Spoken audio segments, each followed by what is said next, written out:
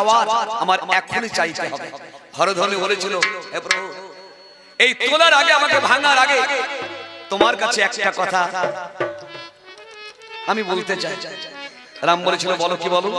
বললো, আজকে আসামি ধনু, দাপর যুগে তুমি হবে কৃষ্ণ আর আমি যেন হই বেনু। বলেছিল, আজকে আসি আমি ধনু, দাপর যুগে কৃষ্ণ হলে আমাকে করো বেনু। আমি তোমার হাতে